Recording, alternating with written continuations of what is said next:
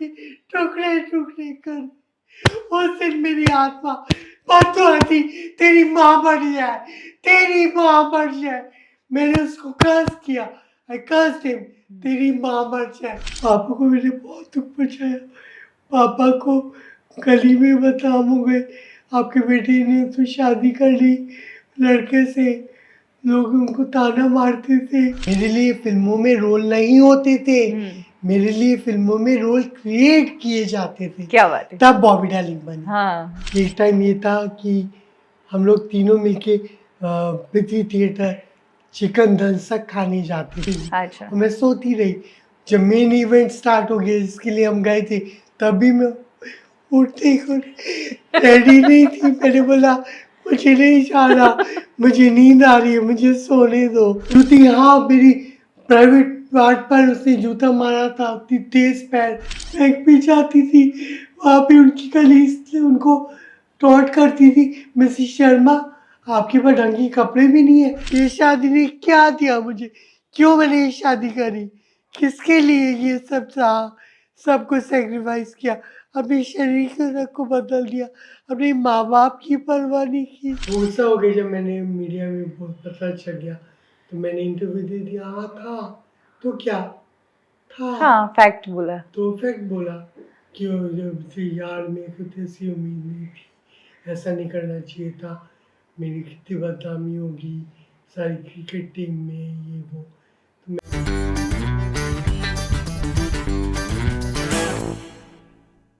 Hello and welcome to Bollywood Thikana. मैं हूँ खुशबू Hazare. Autobiography on ठिकाना में आज जो पर्सनालिटी मेरे साथ है, पिछले 10 सालों से इंडस्ट्री से ये गायब है और सब लोग यही जानना चाहते हैं ये है कहाँ, क्या कर रही है और क्यों इंडस्ट्री से गायब है। 10 सालों बाद पहली बार ये इंटरव्यू दे रही है बॉलीवुड ठिकाना को एक्सक्लूसिवली।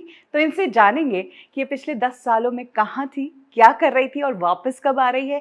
लेकिन उससे पहले हम जानेंगे इनकी कहानी, क्योंकि इनका संघर्ष बहुत ज़्यादा रहा है। इनिशियली इनको अपने परिवार में संघर्ष करना पड़ा अपनी आइडेंटिटी बताने के लिए, फिर सोसाइटी से संघर्ष करना पड़ा, फिल्म इंडस्ट्री में भी बहुत संघर्ष किया, और फिर जो इनका सपना था कि शादी करके घर सेटल करूं, उसमें भी इन्हें काफ़ी ट्रबल हुआ और बहुत मुश्किलें हुई। मेरे साथ है फिल्म इंडस्ट्री की वो एक्ट्रेस जिन्होंने सलमान खान से लेकर ऋतिक रोशन तक के साथ काम किया है। 2000 से लेकर 2005-6 तक जितनी भी फिल्में आई उसमें हर दूसरी फिल्म में इनके लिए डायरेक्टर और प्रोड्यूसर रोल्स रखा करते थे। ये पब्लिक की इतनी फेवरेट बन गई थी। हमारे साथ है the very lovely gorgeous beautiful actress Bobby Darling. Bobby, welcome to Bollywood Thikana. Thank you so much, it's a pleasure to be on your show. Bobby, आपके बारे में बहुत पढ़ा है और आपके बारे में बॉलीवुड ठिकाना पर मैंने एक स्टोरी भी की थी और मुझे इतना इंस्पायरिंग लगा वो कि मैंने कहा क्या जर्नी है आपकी। और मैं मतलब यकीन नहीं कर पा रही हूँ कि आज आप मेरे सामने हैं और आपके मुंह से मैं आपकी कहानी सुनूंगी। ये मेरा सौभाग्य है कि मैं आज बॉलीवुड ठिकाना के पॉडकास्ट में हूँ and I am feeling very nice. I am your big fan and I love you Khushboo. Thank you Bobby. Bobby, आपका बचपन कहाँ बीता और कहाँ से हैं आप? मैं बेसिकली दिल्ली से हूँ। अच्छा, बट आप हैं पंजाबी? हाँ, पंजाबी। हाँ, पंजाबी ब्राह्मण। पंजाबी ब्राह्मण है। और आपका बचपन जो है दिल्ली में बीता है। फैमिली में कौन कौन था? सिस्टर है, पापा थे, मम्मी थी, ब्रदर है एक छोटा मुझसे, 4-5 लोग हैं। पापा क्या करते हैं आपके? पापा जॉब करते थे, टीचर थे, इंग्लिश के टीचर थे, स्कूल में, गवर्नमेंट स्कूल में, दिल्ली में। अच्छा, और mother? Mummy was a bank employ, central bank of India में वो ऑफिसर थी। जब उनकी डेथ हुई तब तक वो ऑफिसर ही थी डेजिग्नेशन। बॉबी, आप 3 भाई बहन थे, सबसे ज्यादा नॉटी कौन था? शायद मैं थी। और आपकी तो बहुत आगे की उम्र तक चलती रही है शैतानियां। चलती रहेंगी क्योंकि मैं ऐसा सोचती हूँ, age is just a number. Yes, आपके अंदर का जो बच्चा है वो मरना नहीं चाहिए। करेक्ट। वो हमेशा जिंदा रहना चाहिए, तभी तो जीने का मजा आता है, तभी आपको इंस्पिरेशन मिलता है, मोटिवेशन मिलता है, हालातों को फेस करने का, अप्स एंड डाउन से जूझने का।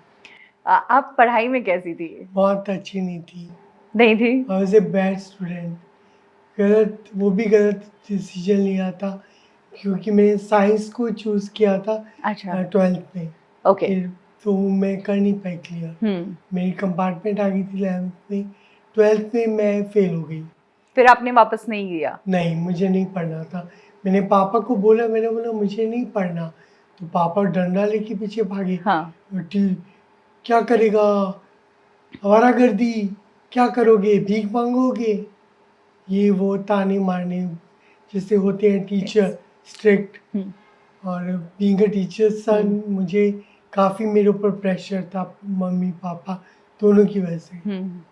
बॉबी, आप जब पैदा हुई थी तब एक बेटे के तौर पर, एक बॉय के तौर पर आप Yeah. पैदा हुई थी, और हमारे इंडिया में जिस टाइम में आप पैदा हुई तब ये था कि एक बेटा तो चाहिए। तो डेफ़िनेटली जब आप पैदा हुए होंगे तो घर में जश्न मना होगा और आपका नाम रखा गया पंकज शर्मा। लेकिन एक टाइम के बाद आपको महसूस हुआ कि मैं अंदर से पंकज नहीं हूँ। कब आपको ये महसूस हुआ?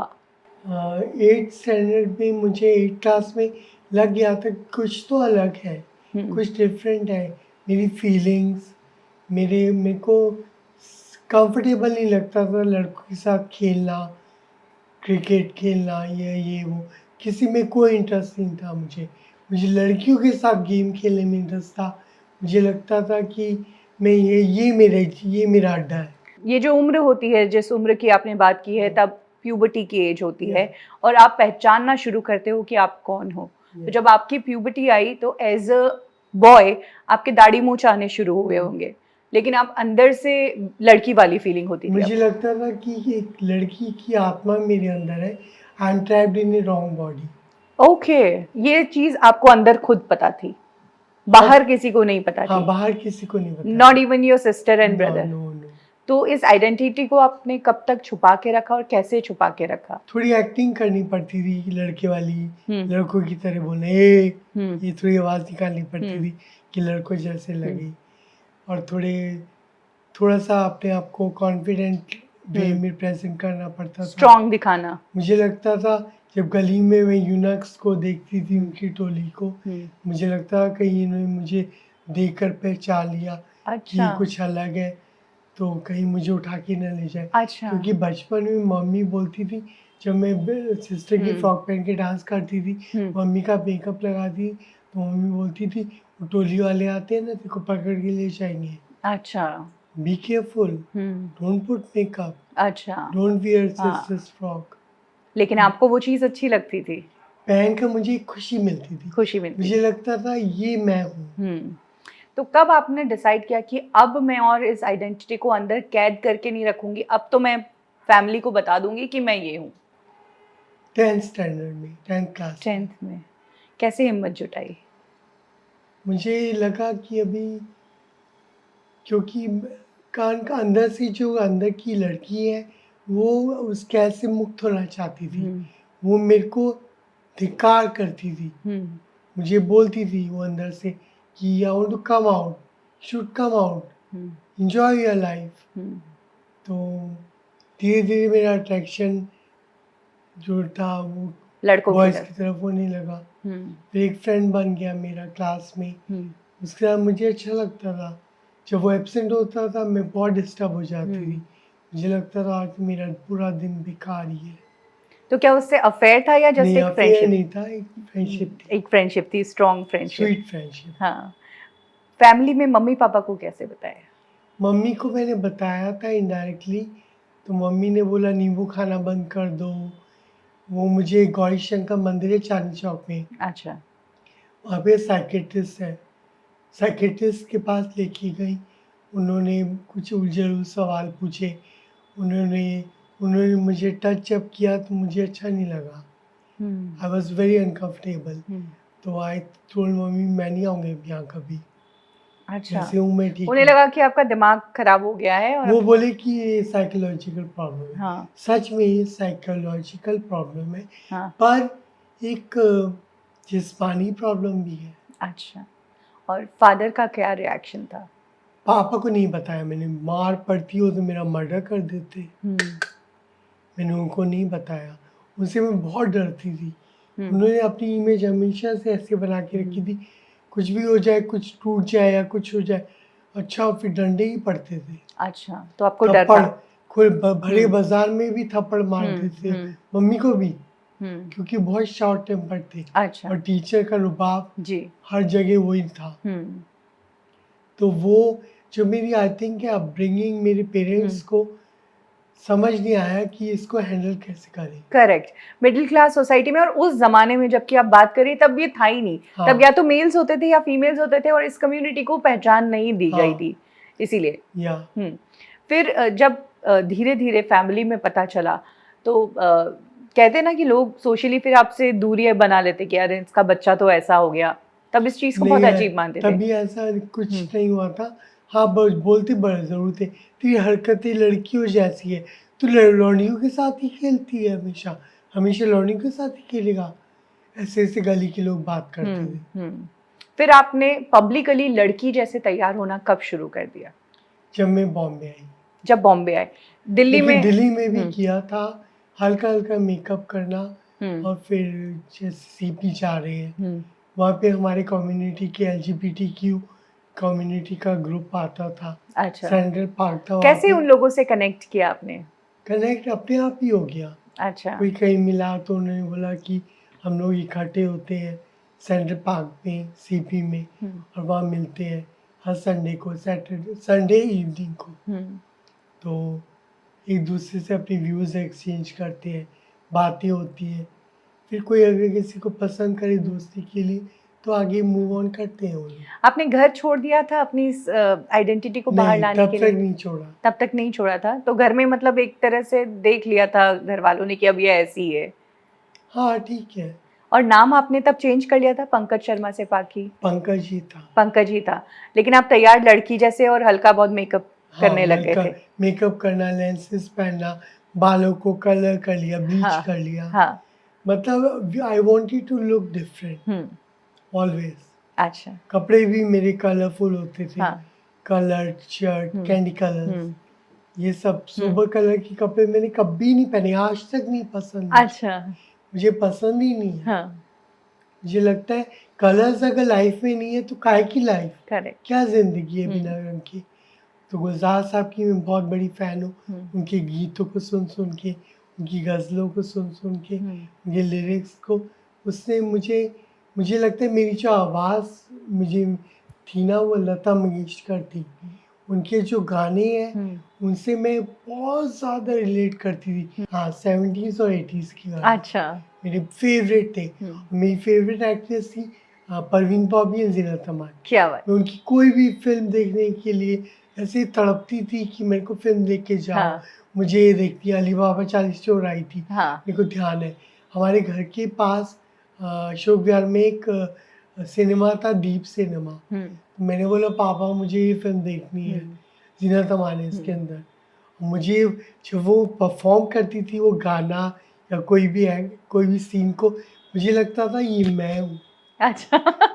अपने आप को इमेजिन करती थी आप? ओवरवेल्म्ड हो जाती हाँ। थी, इतनी ओवर एक्साइटेड कि सीट से उड़ के मैं पर्दे पे बस मैं ही परफॉर्म कर रही हूँ। जब आप ये लाइफ जीने लगी थी गर्ल्स वाली, तो हाँ। पुराने पंकज शर्मा को कभी मिस किया कि यार नहीं, नहीं उसको तो मैंने खड्डे में बंद करके बंद कर दफना दिया? दिया। कोई फोटो आप रखती हैं आज भी, याद नो करती नो हो? नो नहीं देखना चाहती आप नो अपने आप को? नो बिल्कुल नो। इस अवतार में आप खुश हैं? खुश हूँ मैं, और क्या करना है, छोटी सी लाइफ है। हाँ। दो लोगों से प्यार करो, स्प्रेड लव। करेक्ट। क्या फायदा छुप छुप के जीने में। अगर मैं शादी कर लेती, सपोज मैं अपनी आइडेंटिटी को डिस्क्लोज ना करती, एज अ बॉय आप शादी कर एज ए लेते? बॉय मैं कोई लड़की से शादी कर लेती, तो आप मुझे अंदर से इतनी आत्मग्लानि होती थी, गिल्टी कॉन्शियस, करेक्ट। कि एक लड़की की मैंने ज़िंदगी खराब कर दी। मुझे लगता था I can't be so selfish. लोग बोलते हैं तुमने को ओपनली नहीं आना चाहिए था, छुपे रहना चाहिए था। काफ़ी मेरे रिश्ते ख़राब हुए इससे, और बहुत ही प्रेशियस थे वो मेरे रिश्ते जो मैंने मुंबई आके बनाए। जब उनको पता चला मैं गे थी, मैं डिफरेंट हूँ, वो लोगों ने मुझसे नाता ही तोड़ दिया। अच्छा। और मैं उनको मदर जैसा ट्रीट करती हूँ आज भी। ओह। अभी भी फ़ोन किया मैंने उनको, उन्हें बोला मैं घर पे नहीं बुला सकती क्योंकि मेरी फैमिली आपको एक्सेप्ट नहीं करेगी, ओह। अच्छा। और मैं आपको बिना पूछे उनसे मिलने भी नहीं आऊँगी। Oh. And I treat her as my mother. जबकि अब तो आप सेलिब्रिटी हैं, फेमस है, इतनी उससे कोई फिल्म। फ़र्क नहीं पड़ता। अच्छा। मेरे शरीर से आपको क्या लेना देना? जी कल को ये शरीर तो मिट्टी हो जाएगा, जी। खाक हो जाएगा। क्या फ़ायदा है ऐसे Correct. जीवन का छुप-छुप के जीने से? हम्म, आपको तो प्राउड होना चाहिए हम्म, कि इसने किसी की ज़िंदगी खराब नहीं की, किसी लड़की की लाइफ़ को Yes. खराब नहीं किया। इसने खुल के जिया और एक्सेप्ट किया, जो हूँ सो हूँ। जी। एक्सेप्ट मी और लीव मी। दिल्ली में आपका सर्कल बन गया था, दोस्त बन गए थे, हाँ। तो फिर मुंबई क्यों आना पड़ा? मुझे लगता था कि मैंने एक रेखा का इंटरव्यू पढ़ा था हम्म, मायापुरी हम्म, में। उसमें उन्होंने बोला था, if you are famous people love you and accept you because you are famous. They are not bothered about your personal life, they are not bothered about your identity. आप क्या हो इससे कोई फ़र्क नहीं पड़ता। अगर आप फेमस हो तो उनकी आंखों की तारे हो, वो आपको प्यार करते हैं। और यही मेरे साथ हुआ। तो आपने सोचा कि अब बस मुंबई जाना है और मुझे फेमस होना है। फेमस होना है, कुछ भी करना है, बस फेमस कोई होना है। कांटेक्ट था मुंबई में? कुछ भी नहीं। पैसे मैंने थे? पैसे भी नहीं थे, बिल्कुल भी नहीं थे। बोलते हैं ना कि भिखारी वाली हालत थी। बिल्कुल hand to mouth. 2 vada pav खा के पानी पी लिया, खाना हो गया मेरा। ऐसे जीना पड़ा। हाँ। मुंबई आके कहाँ रहे थे? क्योंकि किसी को जानते नहीं थे आप। शुरू में जब मैं आई तो मेरे जो कज़न मामा हैं, मैं उन्होंने मेरा रहने का 3 दिन का इंतज़ाम कर दिया था। ठीक है। तो जो उनके रिलेटिव थे वो मुझे पिक करने आए स्टेशन पे मुंबई सेंट्रल से। और उन्होंने मेरे को वहाँ से वो मुझे सिद्धिविनायक ले गए वाओ! और उन्होंने मुझे बताया, यहाँ श्रीदेवी हर ट्यूसडे को आती है रात को चल के। अच्छा। तो मुझे लगा जब श्रीदेवी यहाँ आती है, काश मैं उसको मिल जाऊँ। मैं उनको बोलूँगी मुझे अपने घर में नौकर रख लो, मुझे अपने घर में एज ए हेल्पर रख लो, तो एटलीस्ट मैं उनको देख पाऊँगी, उनको जान पाऊँगी इतनी करीब से। मैंने सोचा था अगर मुझे कुछ नहीं हुआ मेरा, तो मैं रेखा के घर पे जाके और उनको रिक्वेस्ट करूँगी कि प्लीज़ मुझे अपने यहाँ हेल्पर रख लो आप। तो मैं कम से कम उनको करीब से जान पाऊँगी। हाँ। उनके यहाँ कोई डायरेक्टर आएगा, तो मेरे पे नज़र पड़ गई, क्या पता मुझे काम मिल जाए। अच्छा, ऐसा मैं सोच के बॉम्बे आई थी। अच्छा। फिर 3 दिन तो आपके रिलेटिव के यहाँ रहने की व्यवस्था थी। 3 दिन बाद? 3 दिन के बाद बॉम्बे मुंबई ऐसा ही है। हाँ। थोड़ा-सा उन्होंने एक आध बार इनडायरेक्टली मुझे बोला कि मैं आज तुम्हारे लिए ना डॉर्मेंट्री बेड का और एक गेस्ट हाउस देख के आया हूँ। तो मैंने बोला क्या मतलब? तो इन्होंने मेरे भगाने का भी ये इंतज़ाम कर लिया। तो मैंने फिर सोचा कि चलो अब टाइट कर लो अपना दिमाग हुँ, और ढूँढो अपना लिए रहने का हुँ, कुछ बंदोबस्त। यहाँ पे इनको बाय करना पड़ेगा। हुँ, आई थिंक इनको अनकम्फर्टेबल लग रहा है। करेक्ट। तभी उनको नहीं पता था कि मैं गे हूँ कि क्या हूँ। अच्छा, वो बॉय पंकज शर्मा ही पंकज समझ। शर्मा ही। और मैं तब मेरी जो माँ है उनकी जब डेथ हुई, उसके बाद सेंट्रल बैंक ऑफ इंडिया में मुझे जॉब मिला मम्मी की जगह कंपैशनेट ग्राउंड पे अच्छा, एज़ ए क्लर्क जी, क्लर्क। जी। तब मेरी सैलरी थी 2000 रुपीज़ वॉव! दिल्ली हुँ, में, क्योंकि मेरी एजुकेशन हुँ, ज़्यादा नहीं थी, तो मेरे को सैलरी हुँ, 2000 मिलती थी। तो मुझे लगता था 2000 में से अगर मैं 1500 रुपये किराया दे दूँगी, तो 500 रुपये के अंदर मुझे खाना भी खाना है, पूरा महीना निकालना है और ट्रांसपोर्टेशन का भी पैसा इसी में निकालना है। कैसे करूँगी उस टाइम? तब मैंने सोचा था कुछ तो करना पड़ेगा अपने लिए। हुँ, तो फिर मैंने खुद यहाँ पे अंधेरी इसमें एक जगह है पीएमजीपी कॉलोनी। ओके। तो वहाँ पे मुझे एक स्ट्रगलर ने बताया था कि यहाँ पर लोग रहते हैं एक रूम में। एक्टर्स। एक्टर्स, स्ट्रगलर हुँ, एक्टर्स एक ही रूम में 4-4 लोग भी रहते हैं। 1500 नहीं देना पड़ेगा, टोटल 1500 देना है, 4 हिस्से होंगे हुँ, उसके। तो मुझे लगा ये फिर भी ठीक है, लेकिन मैं थोड़ी डिफरेंट थी। तो मैंने बोला तो लोग मेरे साथ रूम शेयर कैसे करेंगे?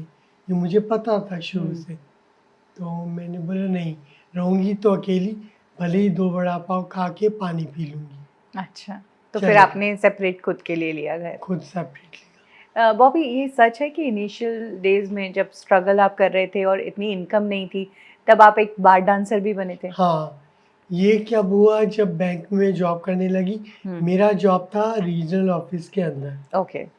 तो मैं दहीसर पहले रुके अंधेरी में, हम्म, फिर मुझे वो महंगा लगा हम्म, कि 1500 रुपये किराया दे दूंगी तो खाऊंगी क्या, हम्म, ट्रांसपोर्टेशन कैसे करूंगी।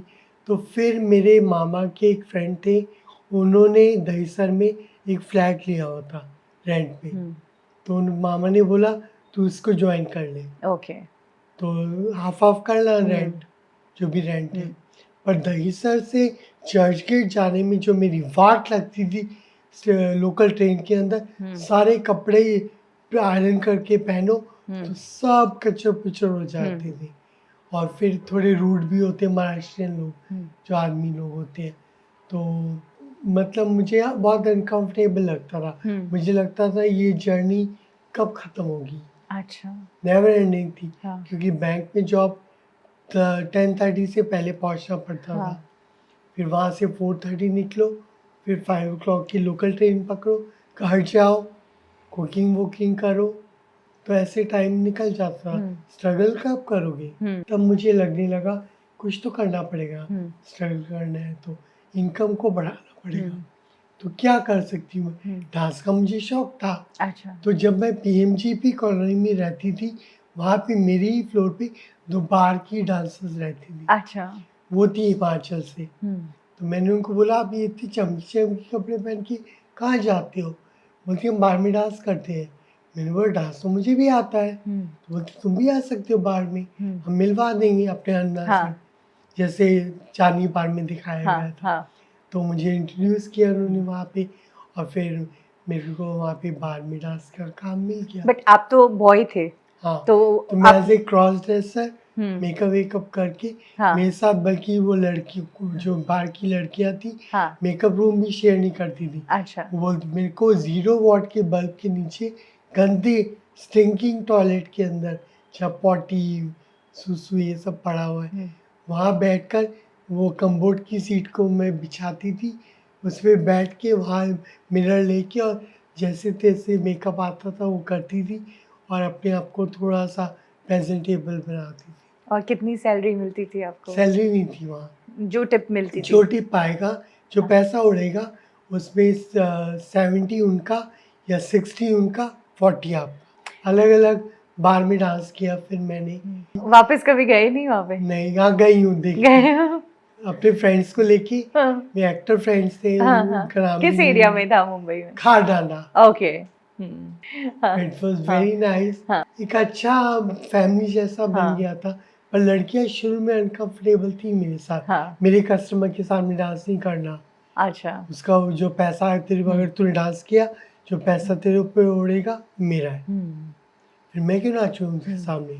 तब तक आपने अपनी बॉडी पे वर्क नहीं करवाया था, तो क्या नहीं, आप उतने ब्यूटीफुल और फेमिनिस्ट नहीं, लगते थे या नहीं। थोड़ा मर्दाना क्रॉस लगते? ड्रेसर थोड़े मर्दाना था, हाँ, थोड़ा ग्रीन था, शेव, हम्म, फेशियल हेयर था। पता लगता था वहाँ लोगों को? लगता था लेकिन पैंट से मैं थोड़ा कवर करती थी। और पैंट कितना आप मंथली कमा लेते थे? पहली बार मैंने 800 रुपये कमाए थे, और उसके बाद 800 कमाते कमाते एक टाइम ऐसा भी आया, एक रात में 1 लाख कमाया मैंने। एक रात में? कौन था, मतलब एक सिंगल पर्सन नहीं गया या दो वो तीन? दुबई से कोई आए हुए थे, हम्म, और मैं थोड़े से मुस्लिम जो गाने होते हैं, ओके, मुस्लिम्स को जो पसंद जी, होते हैं, हम्म, तो उन गानों पे डांस हम्म, करती थी मैं। तवायफ के, हाँ, सलमा अगर की गाने, हाँ, के जैसे उसका एक गाना था, मुझे लोग कहते हैं कदमों की दूर, हम्म, मुझे लोग कह, ये फिल्म का नाम था पति पत्नी और तवायफ। फराह खान थी उसमें, और सलमा आगा, मिथुन चक्रवर्ती। घर पे पता था कि आप ये काम कर रही हैं? नहीं, उनको पता था बैंक में जॉब कर रही है। अच्छा, और किसी के थ्रू भी नहीं पता चला कि नहीं, रात में ये कहाँ जाती है? नहीं। कब तक आप काम करती थी, पूरी रात या? मैंने काफ़ी टाइम काम किया, क्योंकि क्या हुआ था, रीजनल ऑफिस में जब मैं थी तो मैं स्ट्रगल करती थी। करेक्ट, तो जो मेरी ऑफिसर थी, उन्होंने मुझे बहुत सपोर्ट किया। वो बोली अगर तेरा पेजर पे कोई मैसेज आए, तेरे को ऑडिशन है तो जा मीटिंग के लिए, अच्छा, तेरा काम मैं कर दूंगी। हाँ, तो मैं चुपके से निकल जाती थी। वहाँ से शेयरिंग कैब लेकर वहाँ से आई चर्च गेट, वहाँ से लोकल पकड़ी, अंधेरी उतरी, ऑटो लिया, और थोड़ा जिसके साथ मीटिंग है वो किया, ऑडिशन दिया, और फिर वापस चर्च गेट, ओह! फिर वापस रीजनल ऑफिस। हुँ। तो जो रोटी, कपड़ा, मकान वाली दिक्कत थी वो तो दूर हो गई, अब 2 वड़ा पाव पे दिन नहीं निकल रहे थे, पैसा थोड़ा तो थोड़ा था हाँ। तकलीफ, क्योंकि फिर जब रीजनल मैनेजर ने मेरे को बुलाया रीजनल हुँ, ऑफिस में कि आप बहुत छुट्टियां लेती हो, तो आप क्या कर रहे हो? मैंने कहा हुँ, सर मैं यहाँ दिल्ली से आई ही स्ट्रगल करने के लिए हूँ, हुँ, काम के लिए। तो मैं तो बोले तो इसका मतलब भगवान ने आपको अलग से एक रोटी का इंतज़ाम आपका कर दिया, हुँ, आपकी बरकत स्टार्ट हो गई, हुँ, तो फिर ये एक जॉब को छोड़ दो, अच्छा, रिज़ाइन कर दो, हुँ, क्योंकि नेक्स्ट कैंडिडेट हाँ, उसके लिए जॉब पूरी फैमिली का यस, सर्वाइवल है वो। यस, तो उसके लिए इस जॉब को हुँ, आप छोड़ दो, मैं आपसे हाँ। हाथ जोड़ता हूँ। क्या उन लोग को पता था कि आप दिन में बैंक में जॉब कर रहे हैं, नहीं, शाम को बार डांसर हैं? नहीं, नहीं, किसी को नहीं किसी पता को चला? मेरे ऑफ़िस से कोई नहीं पता था, हाँ, बल्कि उनके साथ मैं हर बात शेयर करती थी, हाँ, उनको मैं अपनी मम्मा बोलती थी, हाँ। मैंने उन तक को नहीं बताया। क्या कभी बार में किसी ने गलत हरकत करने की कोशिश की है? नहीं, ऐसे पूछा कि जब मिलो, बाहर मिलते हैं, लेकिन तभी फ़ोन नहीं थे, पेजर ही थे। हुँ, तो पेजर नंबर दिया हुँ, अपना, तो उनको कभी उनका आया मैसेज कि कॉल करो, कॉल किया, 1-2 बार मिले, हरकत नहीं कुछ की, हुँ, क्योंकि हरकत आप तब कर सकते हो जब आपको पता है कि दूसरा इंसान राज़ी नहीं है। अगर मेरे सामने क्या हुँ, सिचुएशन थी, डू और डाई, हुँ, डू और डाई, करो या मरो। सही। तो मैंने वो सब नहीं किया कॉम्प्रोमाइज़।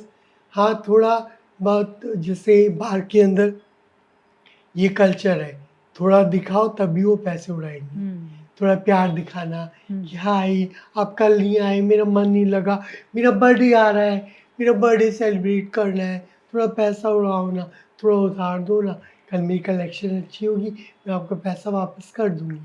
तो ऐसे अच्छा, करके उनको रिझाना, हाँ, पटाना, आज फ़ोन करके, आज आओ ना, आज मैंने मनीष मल्होत्रा का कपड़ा ड्रेस पहना है, बल्कि वो ड्रेस मैंने बांद्रा से या कहीं से लिया होता था। हुँ, तो मैं बोलती थी नहीं मैंने आज ये पहना है, हुँ, आप आओ ना, आज मेरा मेकअप बहुत सुंदर है, सब लोग बोल रहे हैं मैं बहुत ब्यूटीफुल लग रही हूँ, हुँ, आज मैं पूरी ज़ीनत अमान लग रही हूँ, अच्छा। आप आओ ना एक बार।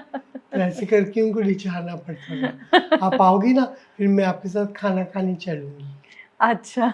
बार बंद होने के हुँ, बाद। हुँ, कब तक चली ये जॉब और उसके बाद फ़िल्म इंडस्ट्री में कैसे फिर आना मेरे हुआ? को मैंने जब वो बैंक का जॉब छोड़ हाँ, दिया, तो उसके बाद मेरा जो करियर, मैंने जब काम भी मिलना स्टार्ट हो गया था, हुँ, पहली फ़िल्म थी मेरी ताल, यस, सुभाष घई की उसमें थी। आपने उसमें मैं ऐश्वर्या राय की ड्रेस डिज़ाइनर यस, बनी थी, यस, और उसमें मेरे को सिलेक्ट भी सुभाष घई ने किया था, असिस्टेंट डायरेक्टर ने मुझे सुभाष जी के सामने ले जाके खड़ा कर दिया। तो सुभाष जी बोले, "हाँ, ठीक है, करो इसको, साइन अच्छा, कर लो।" अच्छा, तो उसमें मेरे को ₹2500 पर डे मिले थे। अच्छा और कितने दिन का शूट था आपका? लगभग 1 महीना। अच्छा, आपने ऑडिशन दिया था इसके लिए? नहीं, सिर्फ़ गए और मेरे को देखा उन्होंने और उन्होंने बोला इसको ले लो। अच्छा, ऐश्वर्या से बातचीत हुई? नहीं, फिर उसके बाद जब हम शूट के लिए पहला गाना स्टार्ट शूटिंग हुआ था, हुँ, रमता जोगी। हुँ, हम नहीं थे उस गाने में, हुँ, लेकिन हम क्राउड में थे। हुँ, पीछे हम बैठे रहते अच्छा, थे, देखते थे शूट हो रहे थे। सरोजी कैसे हुँ, उसको स्टेप सिखा रही है। हुँ, सरोजी की मेरी अच्छी दोस्ती हुँ, हो गई थी, हुँ, मुझे बहुत पसंद करती थी। हुँ, आखिरी दम तक मैं उनको मिलने हुँ, जाती थी, हुँ, उनके घर में मलाड हुँ, में। तो वो मुझे बोलती थी, "बॉबी आज मज़ा नहीं आया, क्या तूने गंदा मेकअप किया है, आज कपड़े अच्छे नहीं हैं, हुँ। जम नहीं रहा, अलग उठ के दिखना चाहिए तेरे को।" ये बॉबी नाम कहाँ से आया? मतलब इस फ़िल्म में तक आपने बॉबी नाम रख लिया था क्या? बॉबी मेरा निकनेम था, जो मेरे पेरेंट्स ने बॉबी फ़िल्म देखने के बाद मुझे अच्छा, नाम दिया। ओके, तो उसके बाद मैंने ऋतिक के साथ जब फ़िल्म करी, ना तुम जानो ना हम, हाँ, ऋतिक एंड ईशा देओल, हाँ, तो वहाँ सेट पे सब मुझे असिस्टेंट डायरेक्टर बोलते थे, "ये बॉबी डार्लिंग तेरा शॉट आने वाला है, रेडी हो हुँ, जा, मेकअप करा लिया?" तो वो लोग मुझे बॉबी डार्लिंग बोलते थे। हाँ, तो मैंने किसी इंटरव्यू में बोला था कि मेरे को सेट पे सब लोग बॉबी डार्लिंग बोलते थे, ऋतिक वाली फ़िल्म में।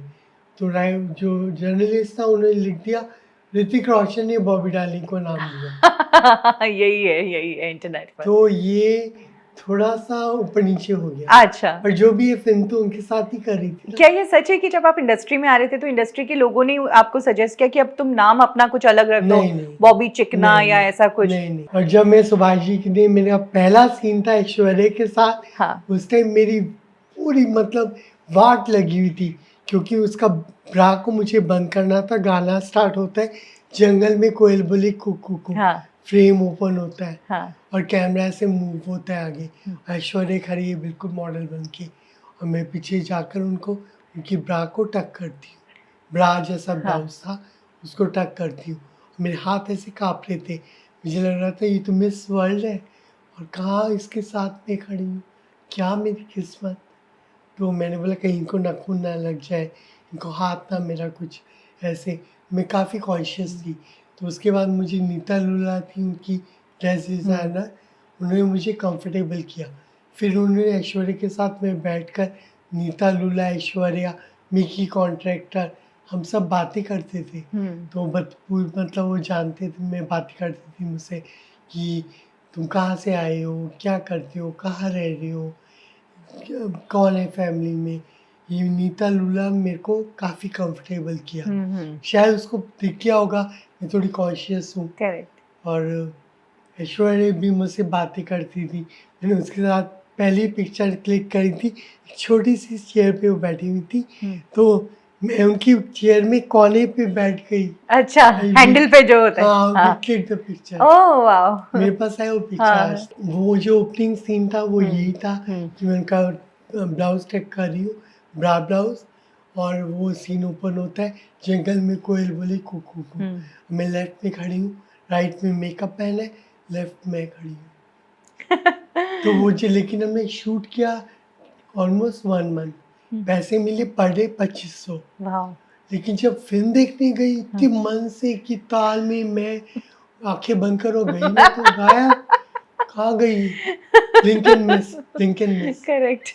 वाला सीन था। दोस्तों को, घर वालों को बताया था कि हाँ, मेरी बताया मूवी था, आ उन्होंने रही है? बोला हाँ देखा बैंक में। उसके बाद मैं ब्रांच में गई तो बोलती है मेरी कलीग कि हाँ देखी तेरी फिल्म ताल, ऐसा सीन है कि ऐसे पलक झपको गायब। बड़ी बड़ी बातें, मेरा थोड़ा सा टॉन्टिंग किया उन्होंने। पंजाबी दिल्ली वालों को आदत होती है ना, तो उन्होंने टॉन्ट किया। अच्छा, मजाक थोड़ा सा बना दिया। हाँ, तो उसके बाद दिल तो टूटा होगा कि यार दिल इतना टूटा, काम। फिर और हाँ। मेहनत करनी है।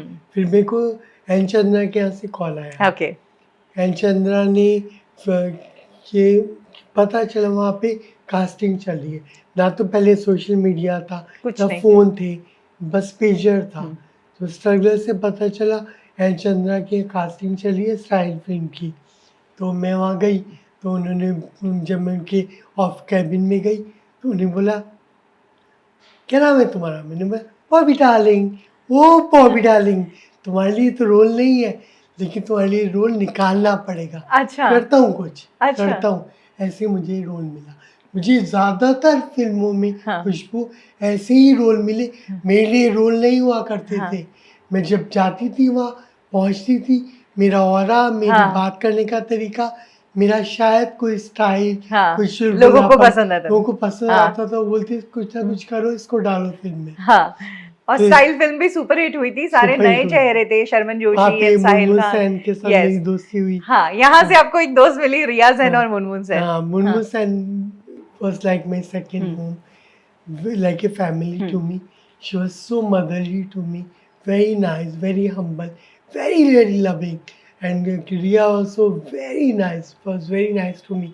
जो भी शूट पे जाती थी, कोई एड फिल्म का या कोई फोटो शूट, साथ में लेके मेरे को जाती थी और मुझे इंट्रोड्यूस करती थी, meet my friend Bobby Darling. और मुनमुन सेन कैसे मुझे इंट्रोड्यूस करती थी, meet my third daughter okay. Bobby Darling. Okay. मुझे बोलती थी Bobby I know you are feeling hungry now, I know how to feed you. Career में भी हेल्प किया आपको? करियर में इस तरह से नहीं, इंट्रोड्यूस किया बस जैसे। लोगों से मिलवाना, मतलब नेटवर्किंग भी मेन है हाँ, इस ये भी बिजनेस होता है, में। लेकिन उस टाइम फोन्स वगैरह नहीं थे। लेकिन हाँ, रिया के थ्रू मेरे को जॉन से मिलने को मिला फर्स्ट टाइम। अच्छा। Very humble, very sweet, down to earth. अब और मुझसे बात जॉन नहीं तभी नए करता, नए आए थे इंडस्ट्री में। अब मुझसे बात नहीं हाँ। करते हो, मुझे मेरे मैसेजेस का भी रिप्लाई नहीं करते। एक टाइम ये था कि हम लोग तीनों मिलके पृथ्वी थिएटर चिकन दंसक खाने जाते थे, अच्छा। पारसी खाना। ओके। जॉन को बहुत पसंद था। ओह, उन्होंने मेरे को इंट्रोड्यूस किया था चिकन दंसक से। ओके। तो हम वो खाने जाते थे, पृथ्वी थिएटर मूवीज़ देखने जाते थे, मैं, रिया, जॉन। तो वो एक टाइम था, वो टाइम निकल गया। लेकिन मुझे दुःख तब हुआ जब मैंने जॉन को कुछ 1-2 साल पहले मैसेज किया कि मुझे आपको मिलना है। उन्होंने रिप्लाई तक नहीं किया। How can someone be so rude?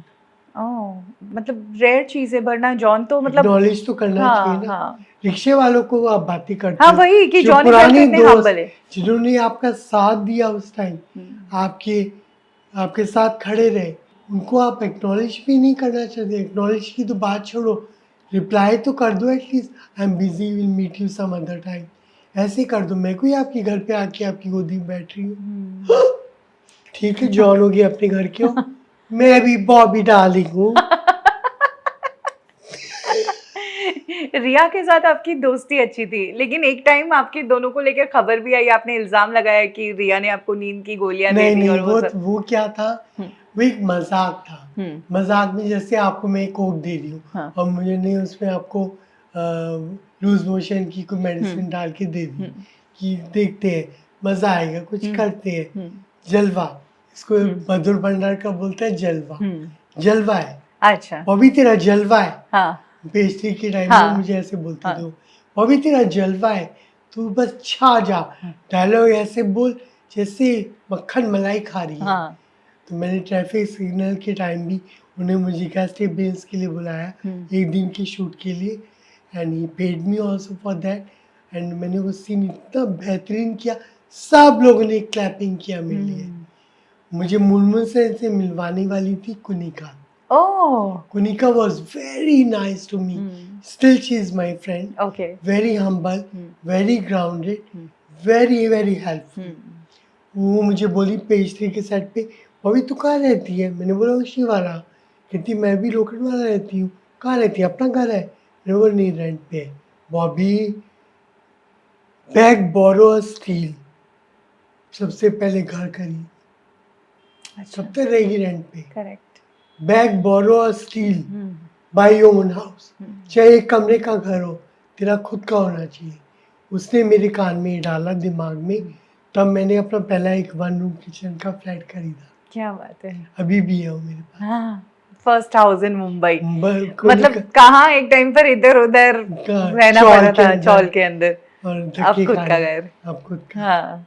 आपने सलमान के साथ भी सलमान के साथ मेरी पहली मीटिंग हुई थी, हाँ, मैंने दिल तुझको और दिया के सेट पे, अच्छा, सोहेल खान की फिल्म, ओके, सोहेल खान, समीरा रेड्डी। हाँ, तो सोहेल भाई की फिल्म में भी मेरे लिए रोल नहीं था। हुँ, जब मैं वहाँ गई, असिस्टेंट डायरेक्टर ने मिला, oh Bobby, we don't have any role for you. Okay, फिर उन्होंने मुझे बोला तुम 3-4 दिन बाद आओ। हुँ, फिर मैं गई, उन्हें मुझे सोहेल खान के सामने ले जाके खड़ा कर दिया। हुँ, फिर सोहेल खान के दिमाग में कुछ मेरे लिए रोल का हुँ, आइडिया आया, उन्हें मेरे लिए रोल क्रिएट किया। हुँ, मेरे लिए फिल्मों में रोल नहीं होते थे, हुँ, मेरे लिए फिल्मों में रोल क्रिएट किए जाते थे, क्या बात है! तब बॉबी डार्लिंग बनी। हाँ, I am so grateful to hmm, Sohail भाई, हुँ, इज माय मेंटोर।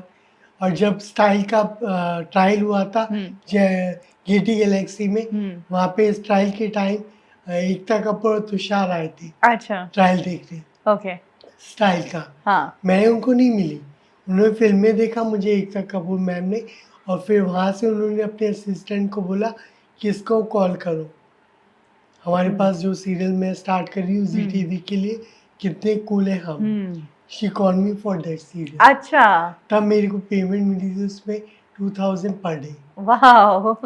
और वो सीरियल मेरा चला था लगभग आई थिंक 1-1.5 हाँ, साल। हाँ, उसके बाद मैं एकता कपूर ने मुझे अपनी फ़िल्मों में लिया, मुझे क्या अपनी कूल है हम। पहली सुपरहिट फ़िल्म में लिया, क्या कूल है हम में। हाँ, मेरे काफ़ी उससे पहले ट्रायल हुए, ऑडिशन हुए, हुँ, फिर मुझे उस फ़िल्म में लिया गया।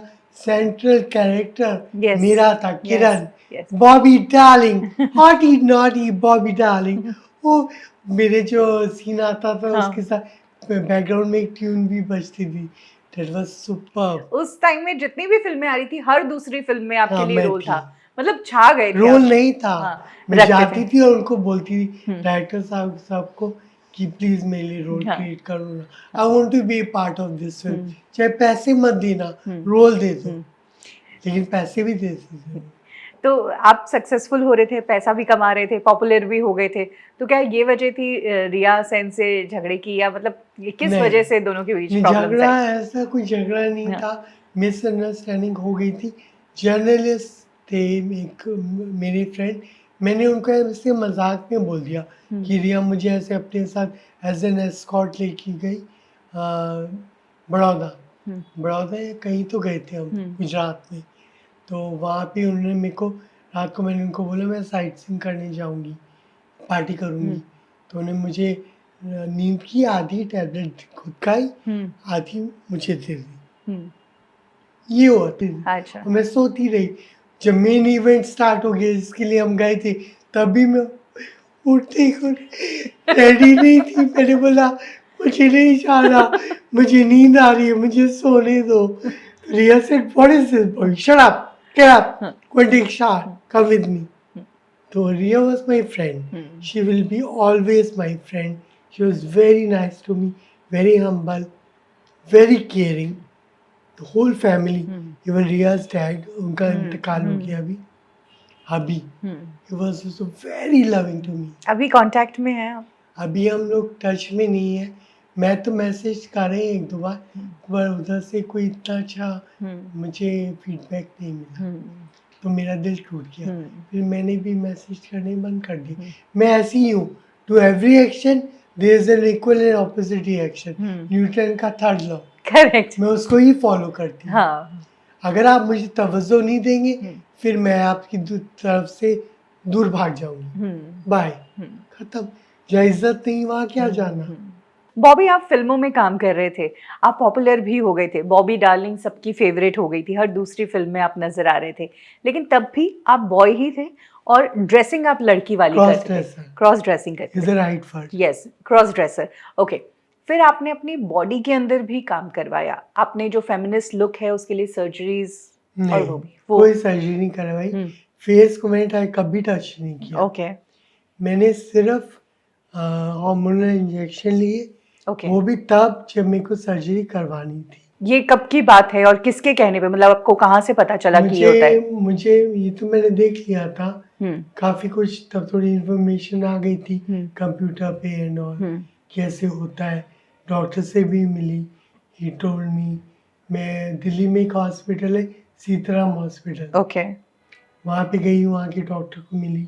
ही टोल्ड मी ऐसे ऐसे आपकी सर्जरी होगी, इतना महीना आपको हार्मोनल इंजेक्शन मेडिसिन पे रहना पड़ेगा, और उसके बाद आप फिर सर्जरी करवा सकते हो। अच्छा, तो वो इंजेक्शंस थे ताकि आपको लड़कियों जैसे हार्मोन्स आपके लड़कियों वाले हो, फीमेल वाले ताकि एंटर हेयर्स आना बंद हो जाए। एंटर हो जाए, हम्म, और जो मेल हार्मोन्स है वो किल हो जाए। ओके, ताकि आपके जो मेल वाले जो लुक्स थे या दाढ़ी वगैरह वो भी बंद हो जाए हाँ, उसके बेसिकली। लिए फेशियल लेजर भी कराना पड़ा। अच्छा, तो आपने कितने महीने तक ये इंजेक्शंस लिए थे और क्या चार्जेस लगे थे इसके?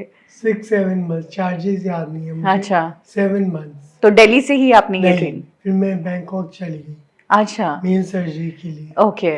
वहाँ पे हम जो शूटिंग कर रहे थे अपना सपना वनी वनी की, सेलिना जेटली ने मुझे बताया था कि मेरे फ्रेंड ने सर्जरी करवाई है Bumrungrad hospital from Bangkok.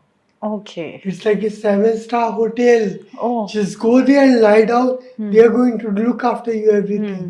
I spent almost 9 lakhs. अच्छा, 10 lakhs तक खर्चा हुआ मेरा, लेकिन जो सर्जरी हुई, जो क्या एवरीथिंग क्या द क्या होल क्या प्रोसेस, सर्जरी जैसे? सर्जरी मेरी जैसे रात को एडमिट हुई, ओटी में गई मैं रात को 12 बजे, और सुबह 5 या 6 बजे मैं बाहर थी OT तो से। मतलब आपके ब्रेस्ट इम्प्लांट्स हुए? नहीं, अच्छा, वो हार्मोनल उससे? हार्मोन से वो डेवलप। अच्छा, हार्मोन से हो गए। और आपने बाकी जो सर्जरीज होती है मेल टू फीमेल? हाँ, सेक्स रिअसाइनमेंट सर्जरी बोलते हैं ओके। उसको। इट्स ए डेंजरस सर्जरी, हर इंसान नहीं करवा सकता, क्योंकि उसके जो आपको जो इफेक्ट होते हैं वो थोड़े से है पेनफुल, बहुत पेनफुल है। पर जब आप किसी के प्यार में हो उस टाइम आप सब कर जाते हो। तो तब तक आपको रमनिक जो आपके एक टाइम पे Ex-husband। हस्बैंड थे, उनसे प्यार हो गया था, वो मिल चुके थे। वो मुझे फेसबुक पे उन्होंने रिक्वेस्ट भेजी थी, हम्म। मैंने एक्सेप्ट करी रिक्वेस्ट। दैट टाइम ही टोल्ड मी कि let's be friends and all. मैं गवर्नमेंट कॉन्ट्रैक्टर हूँ, रोड कॉन्ट्रैक्टर, ये सब बताया अपने बारे में झूठ झूठ। बट बेसिकली वो एक कॉनमैन थी। तो आपने उनको बताया था कि आई एम मेल, लेकिन मेरा फीलिंग जो है वो फीमेल वाला है, वो तो आए क्या? थे मिलने मुझसे, मैंने अच्छा। उनको फ्लाइट की टिकट बुक करके, अच्छा। वो कभी फ्लाइट पे नहीं बैठे थे उससे पहले। अच्छा। उनकी ही वॉज नॉट कैपेबल, ना कोई सोर्स ऑफ इनकम था, हाँ। ना कोई अर्निंग थी। हाँ। सो इसकी टोपी उसके सर, उसकी टोपी उसके sir. Was a cone man. तो क्या उन्होंने आपको इंसिस्ट किया था, रमनिक ने, कि आप अपना ऑपरेशन करवाओ, या ये आपके का नहीं, डिसीजन था? मैंने सोचा, जब वो मुझसे बोले कि लेट्स बी फ्रेंड्स, फिर हम लोग थोड़े से लवी डवी हो गए कि वेयर आर यू बेबी। मैं उसको बेबी बोलती थी और वो मुझे नाम से बुलाता था। पर बाद में अब मैं रियलाइज़ करती हूँ, जब सोचती हूँ कि उसका प्यार प्यार नहीं था, वो एक छलावा था। मेरा प्यार प्यार था। मैंने अपने प्यार को साबित करने के लिए अपने शरीर के अंग को कटवा दिया, अपने आप को बदल दिया, अपने वजूद को चेंज कर दिया। इससे बड़ा कोई मैं सेक्रीफाइस नहीं कर सकती थी किसी के करेक्ट, लिए। Correct, correct. अब मुझे उसका पछतावा होता है कि इसके वजह से मैंने चेंज किया, वो ठीक है, लेकिन अपने पेरेंट्स के, पापा को मैंने दुख पहुंचाया। मम्मी की तो डेथ हो गई थी तब तक, पापा को मैंने बहुत दुख पहुंचाया। पापा को गली में बदनाम हो गए, आपके बेटे ने तो शादी कर ली लड़के से, लोग उनको ताना मारते थे। सुबह पापा जब वॉक करने जाते थे पार्क में, पापा का मजाक उड़ाते थे। मेरी वजह से उनको सब कुछ सहना पड़ा। आई एम वेरी सॉरी पापा। उस टाइम मेरे को दुख हुआ कि मैंने क्यों करवाया, ये आरामी के लिए ये सब करवाया मैंने, जो मेरे साथ रहा भी नहीं, जो मेरे सिर्फ पैसे के पीछे था, मेरी प्रॉपर्टी के पीछे था। क्या दिया उसने मुझे? ये शादी ने क्या दिया मुझे? क्यों मैंने ये शादी करी? किसके लिए ये सब सहा? सब कुछ सेक्रीफाइस किया, अपने शरीर के रंग को बदल दिया, अपने माँ बाप की परवाह नहीं की, अपनी माँ की, मम्मी की डेथ हो चुकी थी, लेकिन उनकी आत्मा देखती होगी ये क्या क्या उजल हरकतें कर रही है। अब मैं तो ऐसे ही पैदा हुई थी, मैं क्या करती मम्मा, मेरे को कुछ तो करना ही था। काश आप मेरी हालत को समझ पाते।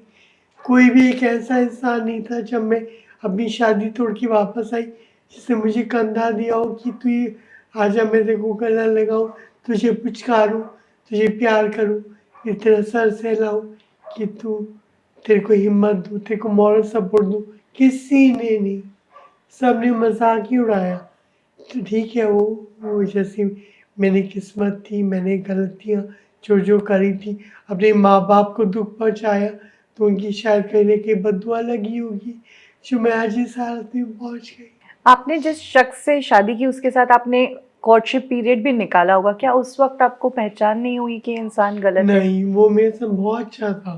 फोन वो पहले भी छुपाता था कि कहीं मैं देख ना लूँ कौन है, किसका फोन आ रहा है। तो आई थिंक उसके अफेयर्स होंगे। हर इंसान का एक पास्ट होता है। जब मैं उसके साथ थी रिलेशनशिप पे, तो जब मैं फर्स्ट टाइम वो घर पे आया, हम दोनों सोए बेड पे। सोने के बाद मैं तो सो गई खराटे मारती हुई, फिर उसने मेरे मोबाइल को चेक किया। अच्छा। और जो मेरे फ्रेंड्स थे, कभी एक आध पिक्चर ऑफ सीन, मतलब थोड़ी वल्गर पिक्चर, तो वो सब उसने चेक करी थी।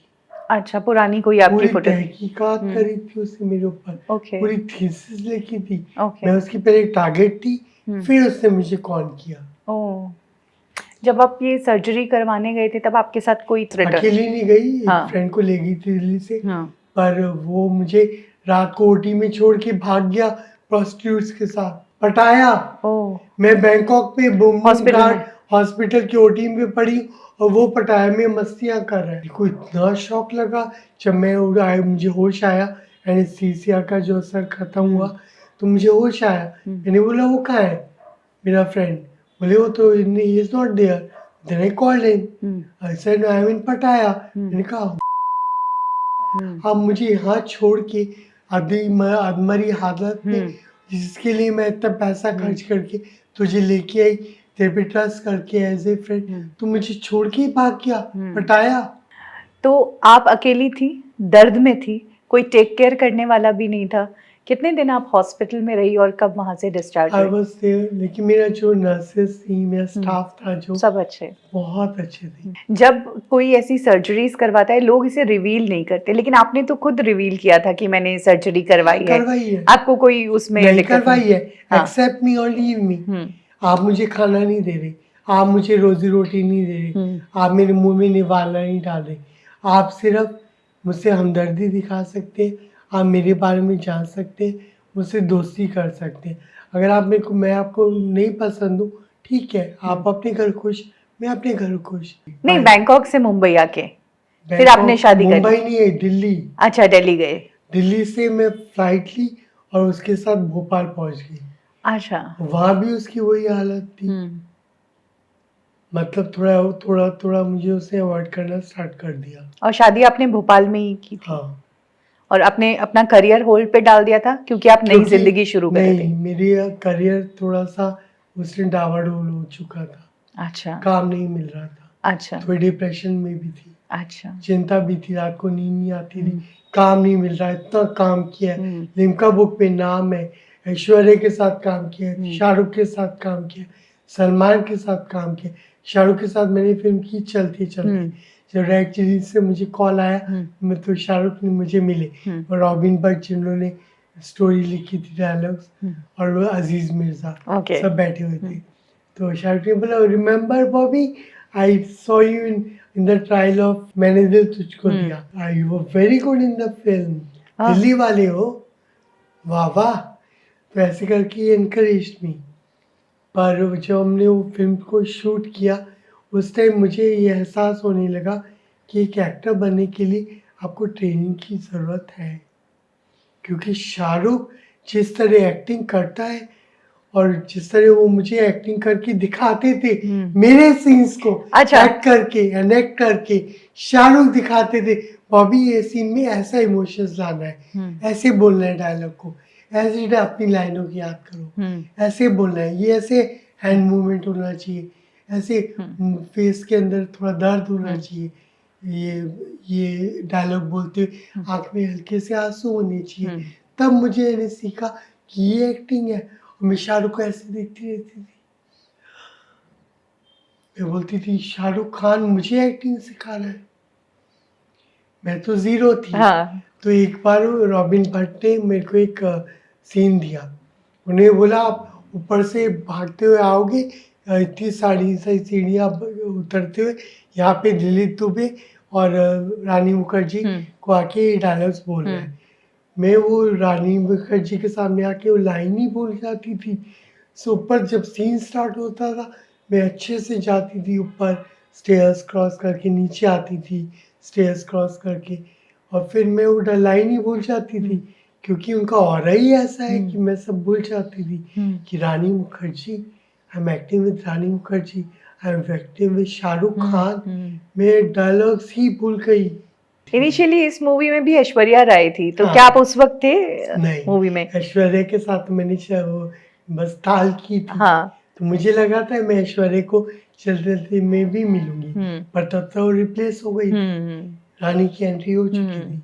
और सलमान के साथ जब आपने काम किया था तो वो टाइम उनका ये था कि जब उनकी पर्सनल लाइफ में काफी प्रॉब्लम चल रहे थे, हमारा दिल आपके पास है, इस फिल्म में आपने काम किया? नहीं, मैं उसमें नहीं थी, मैंने किया था उनके साथ मैंने दिल तुझको दिया के प्रोड्यूसर थे वो।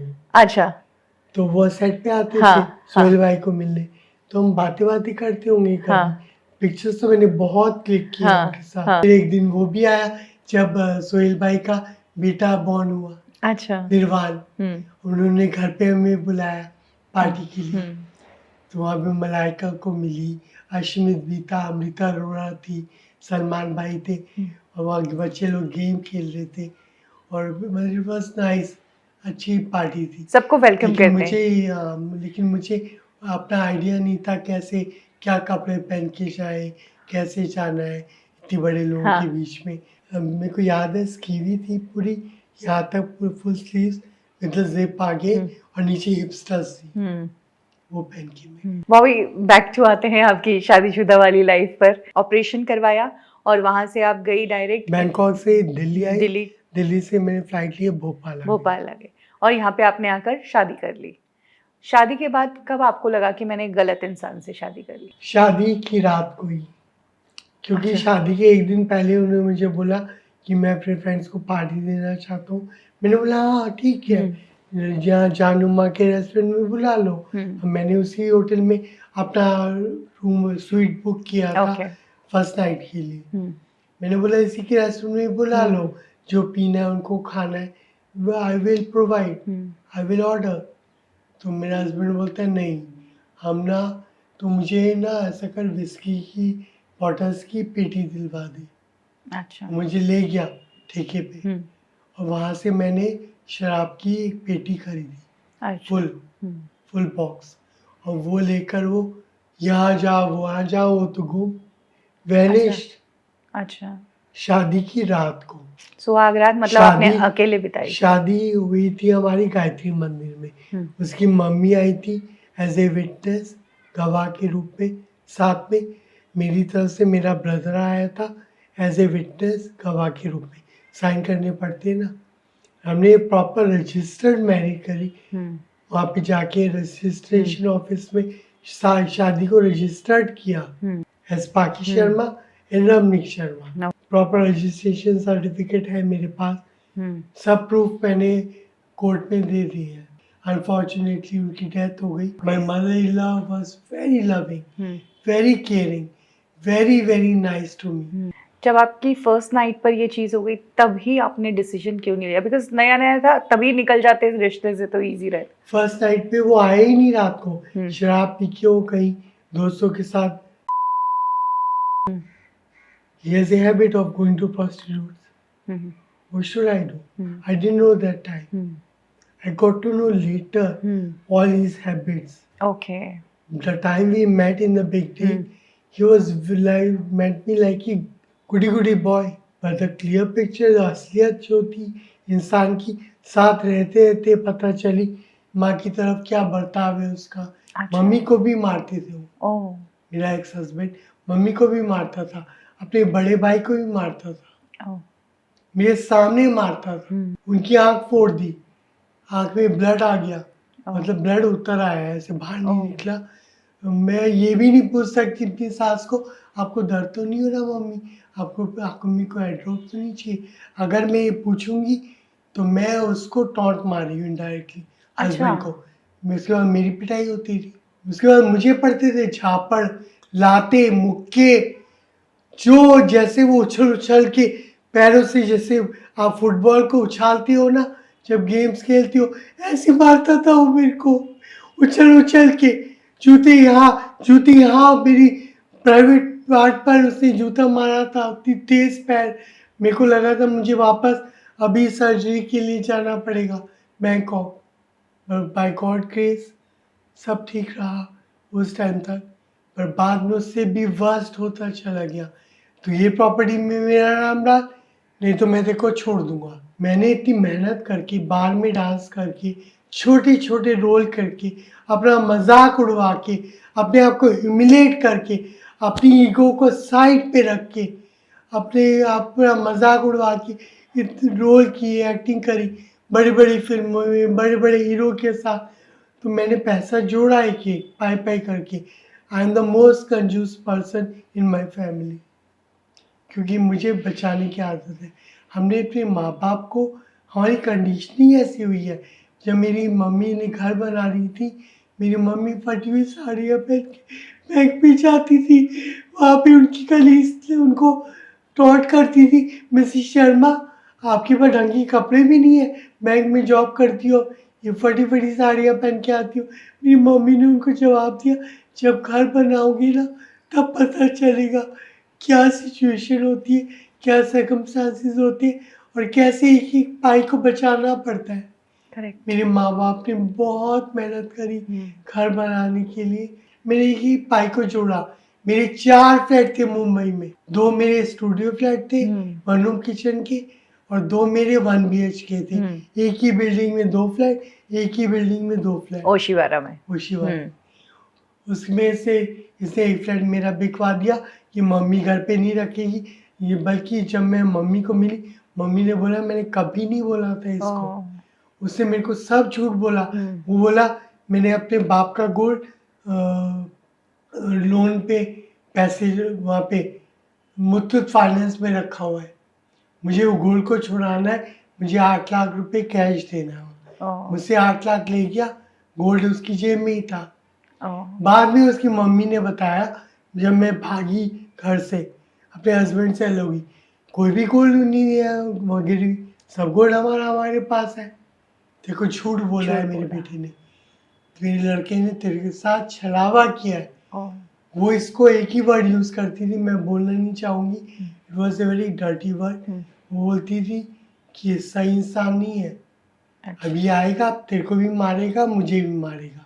और ये कान लगा के किचन में खड़े होके, ये रूम में खड़े होके कान लगा के सुनता था हम दोनों क्या बात कर रहे हैं, सास और बहू।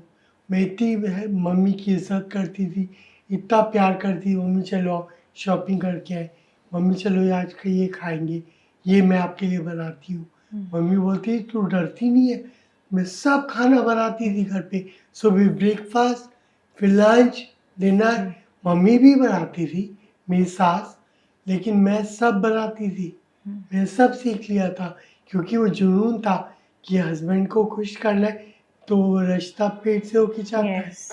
और आपने अपने हस्बैंड जो कि उस टाइम जॉबलेस थे, उन्हें काम भी दिलवाने की कोशिश की थी इंडस्ट्री में? मैंने शीरा भाई को फोन किया था, सलमान के जो बॉडीगार्ड, सलमान की टीम में शामिल हो जाए, पर ये गए ही नहीं मिलने उनको, शीरा भाई को। शुक्र नहीं गया मिलने, वहाँ भी कोई कांड करके आता तो मेरे से भी सलमान भाई की कड़वाहट हो जाती। सलमान के थ्रू क्या काम आप दिलवाने की कोशिश कर रहे मैं हैं? उनको चाह रही थी कि शेरा की टीम के अंदर, क्योंकि शेरा जब अकेला बॉडीगार्ड नहीं होता, उसके साथ पूरी टीम होती है, तो वो टीम के अंदर 25-30 लोग होते हैं। तो मुझे लगा शायद इसको एक जॉब ये मिल जाए, तो मुझे लगा। तो उसने बोला मेरा तो पूरा भोपाल में नाम हो जाएगा, मैं तो खूब पैसा कमाऊंगा, जॉब दिलवा दे सलमान भाई की टीम में, फिर तू देख सलमान भाई को मैं ऐसा दीवाना बना लूँगा अपना। मैं मन में सोचती थी मेरे को तो कुछ कर नहीं पाए, दीवाना बना पाए, सलमान भाई को क्या बनाएगा। बोले कि किस छिछोरे से शादी कर ली है, क्योंकि उस टाइम मेरे को पता चल चुका था ये कितने पानी में है। I new in and out क्या है ये, क्योंकि इसे आधी बातें तो उसकी मम्मी ने बता दी मुझे। फिर भी आपने बात कर ली थी, लेकिन ये खुद ही नहीं है। ये नहीं है, शराब पी के सो गया। अच्छा, शुक्र है नहीं गया सलमान भाई के साथ, नहीं तो मेरा रिश्ता खराब हो जाता। करेक्ट।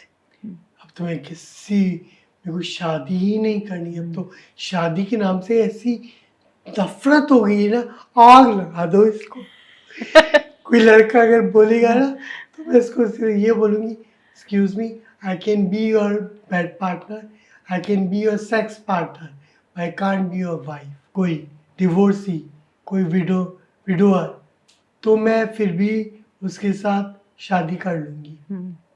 शादी इसलिए करूँगी कि अकेलापन तो सब खलता है। करेक्ट। अकेलापन एक उम्र है और एक उम्र है, लाइफ लंबी है, धीरे धीरे लाइफ तो बढ़नी है। एक साथ में कोई चाहिए। आपको सेक्स करने के लिए नहीं चाहिए, आपको बातें करने के लिए, घूमने के लिए, बातें एक्सचेंज करने के लिए, व्यूज एक्सचेंज करने के लिए एक किसी का साथ चाहिए, एक कंधा चाहिए रोने के लिए। एक बार एक टॉप के क्रिकेटर के साथ भी आपका नाम जुड़ा था, क्या कहानी है वो? वी वर फ्रेंड्स, हम लोग एक क्लब के अंदर मिले थे अशोक होटल में, और उसके बाद थोड़ी क्लबिंग की, ड्रिंक फ्रिंक किया साथ में, और बस पार्टी करके आ गए। शायद लोगों ने देखा होगा या किसी के साथ बात करते हुए मेरे मुंह से निकल गया होगा कि I met Munaf Patel and we are partying together. तो शायद लोगों ने उसका गलत मतलब निकाले हो, क्योंकि उस टाइम मेरी इमेज फ्लर्टिशियस नेचर थी। अच्छा, तो मतलब आपका कोई रिलेशनशिप नहीं था? ये तो नहीं बोलूँगी, मुझे थोड़ा अटैचमेंट हो गया था उससे, हम्म, क्योंकि हम मिले थे। जब तक 2 शख्स तभी मिलते जब अट्रैक्शन होता है। हम्म, अट्रैक्शन होता है, फिर प्यार होता है। प्यार था, पर आई थिंक उसको क्या बोलूँ मैं अब? चलो यही बोलते हैं कि शायद वन नाइट स्टैंड था, एक हसीन मोड़ पर आकर जुदा हो गए। शायद। क्या क्या रीजन रहा था? वो गुस्सा हो गया जब मैंने मीडिया में पता चल गया, तो मैंने इंटरव्यू दे दिया। हाँ था, तो क्या था? हाँ, फैक्ट बोला। तो फैक्ट बोला कि वो जब से यार मेरे को तो ऐसी उम्मीद नहीं थी, ऐसा नहीं करना चाहिए था, मेरी कितनी बदनामी होगी सारी क्रिकेट टीम में, ये वो। तो मैंने उनको बोला, जब मैं तुम्हें फ़ोन करती हूँ अब, तो मेरे फ़ोन तक नहीं उठाती हो। अब मैं इतनी गंदी हो गई, अब बिस्तर में तुम्हें मक्खन मलाई लगती हो। Okay Bobby, coming to your married life, ऐसा क्या इंसिडेंट हुआ कि आपने डिसाइड कर लिया अब इस इंसान के साथ मेरे को नहीं रहना है? क्योंकि क्या किया था मुझे उसने? ऐसी वाइब्स आने लगी थी, ये आदमी मुझे मरवा देगा। भोपाल में जब मैं शादियों की गई थी, तो उसने मुझे बताया था कि भोपाल में ना तो रेप होते हैं, ना चोरी होती है, यहाँ पे कत्ल होते हैं। अच्छा। मुझे अपना कत्ल नहीं करवाना था। मुझे मेरे शंकर भगवान ने वाइब्स दी थी कि तुम जाओ यहाँ से, नहीं तो तुम मारी जाओगी। मैं फिर वहाँ से मैंने पूरा प्लान किया कि कैसे मैं यहाँ से निकलूँगी। मैंने उसको पहले बोला कि हम लोग, मेरे को मज़ा नहीं आ रहा तुम्हारे साथ शादी के बाद रहने में, लेट्स गेट स्प्लिट, डिवोर्स लेते हैं। मुझसे 3 बार पैसे लेके गया, 30-30 हज़ार करके, कि डिवोर्स के लिए वकील को पैसे दे के आता हूँ और अप्लाई करता हूँ। कुछ भी नहीं किया, सब पैसे खा गया। मेरी गाड़ी थी i10 यहाँ पर बॉम्बे में, बोलते वो गाड़ी को मुंबई से भोपाल लाते हैं, यहाँ बेच देंगे। 2,30,000 की गाड़ी बिकी, 2 मेरे को दिए, 30 खा गया। अच्छा। अपने ही घर में आप चोरी कर रहे हो, अपनी ही औरत के साथ, जो एक काम करती है, आपको रोटी खिला रही है, आपको कपड़े दिलवा रही है, आपको अब्रॉड घुमा रही है, दुबई, बाली, इंडोनेशिया और कश्मीर, कुल्लू मनाली। ये 1.5 साल में मैं उसको इतनी शॉपिंग भी कराई, उसको घुमाई भी। आप प्यार में अंधी हो गई थी, मतलब क्या कह सकते हैं? प्यार में अंधी नहीं बोल सकते, कुछ करवाया था उसने मेरे ऊपर, ऐसा मुझे लगता है।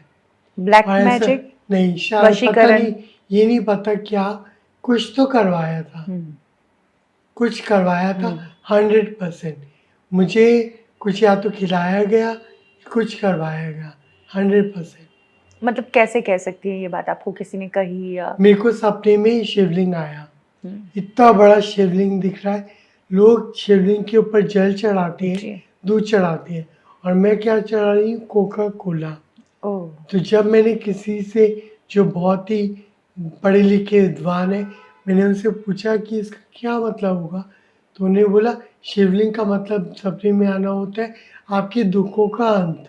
और जब आपने उसमें जल चढ़ाया, कोका कोला चढ़ाया, तो काला पानी निकल के वो सब कुछ निकल गया जो आप पे ओह। करा कराया था, ओह। वो निकल गया। उसके बाद मुझे अवेक नहीं हुई, अचानक से एकदम दिमाग में ऐसी कुछ चिंगारी जैसी लगी कि मैं कहाँ हूँ, ये बने आई थी मैं यहाँ पे। इतनी बड़े बड़े एक्टरों के साथ काम करके, सुपरस्टार्स के साथ काम करके, लिम्का बुक में नाम होने के बाद, बड़े बड़े सीरियल्स करके, क्या मैं इसके चूल्हा चौका करने आई हूँ? क्या मैंने एक बड़े आदमी को अडॉप्ट कर लिया? लोग बच्चों को अडॉप्ट करते हैं, मैंने पले पलाए बड़े आदमी को अडॉप्ट कर लिया। भाई मुझे ऐसा बच्चा नहीं चाहिए, तू जा, तेरे को आज़ाद करती हूँ। ये सोच के मैंने फिर प्लान किया कि मैं कैसे भागूँ यहाँ से। तो मतलब आप खुद से निकल नहीं सकती थी उस घर से? नहीं, मैं हाउस अरेस्ट थी वहाँ पे। अच्छा। मेरे ऊपर नज़र थी स्वीपर की, मेरे ऊपर नज़र थी गार्डों की, मेरे ऊपर नज़र थी हाउस हेल्पर की। सबको टिप्स दिए जाते थे। मेरे पर्स में से पैसे निकाल निकाल के किसी को 200, किसी को 500, किसी को 300, ऐसे मेरे को पूरा हाउस अरेस्ट कर रखा था। फिर आप भागी कैसे उसके फिर जंगल से? मैंने प्लान किया क्या करूँगी। धीरे धीरे मैंने अपने कपड़े समेटने स्टार्ट किए जो मेरे को लेके जाने थे। शादी का जोड़ा तो लेके नहीं भागूंगी, हैवी होता है। हैवी होता है, एक्सपेंसिव भी होता है। घर में पड़ा है, घर मेरा, ताला लगा के घर में मैं जा रही हूँ, उसने ताले को नहीं तोड़ा, दरवाजे को ही निकाल दिया।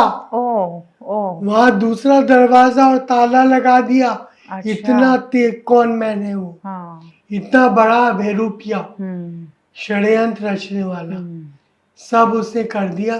करने के बाद उसे मैंने सामान पैक किया, छोटा जो बैग होता है, कैबिन बैग, जितने कपड़े आए मेरे 5-6 कपड़े और जो ज़रूरत का सामान था मेरा थोड़ा बहुत, वो लेके मैं नीचे आई। मैंने ऊपर से फ़ोन किया ओला को। अच्छा, तब ओला आ बुलाई चुकी आपने? थी। हाँ। मैं रहती हूँ के ब्लॉक में, मेरा फ्लैट है सिग्नेचर रेजिडेंसी भोपाल में, कोलार रोड पे।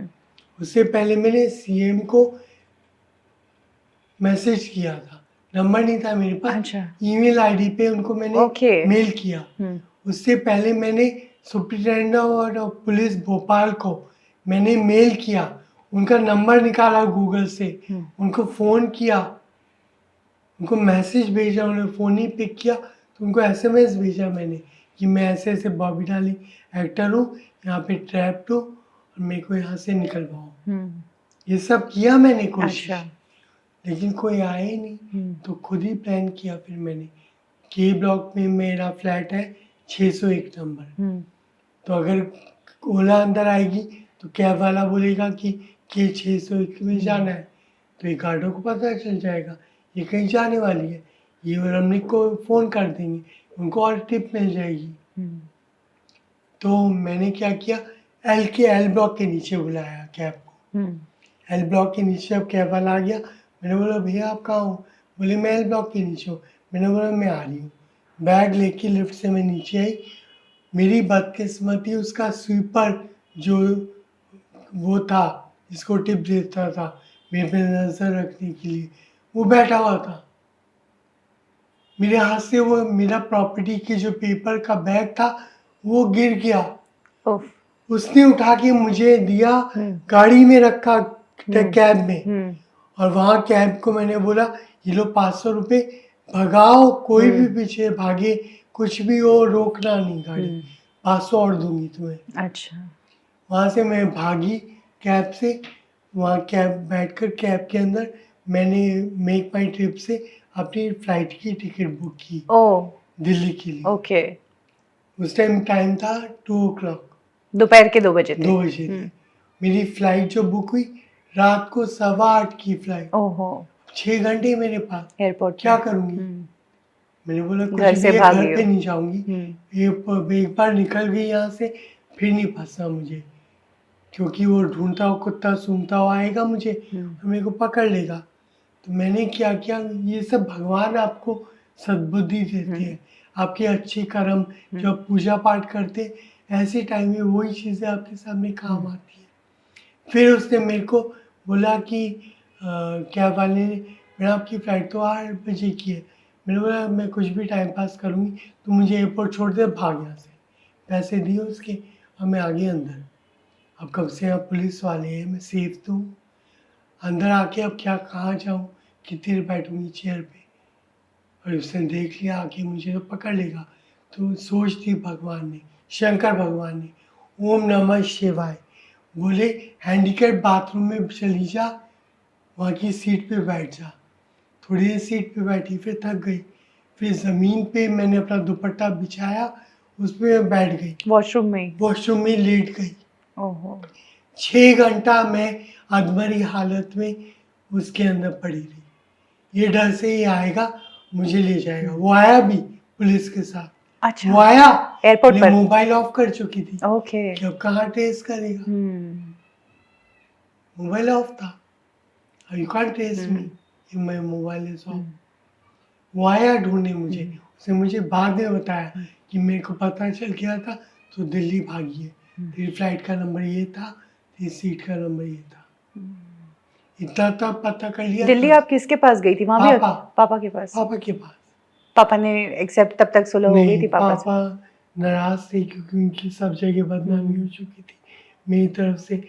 मैं उसके लिए बहुत गिल्टी कॉन्शियस हूँ, पर अब क्या करूँ, भगवान ने ऐसे ही बनाया है, मेरी रचना ही ऐसे करी है, अब मैं क्या करूँ।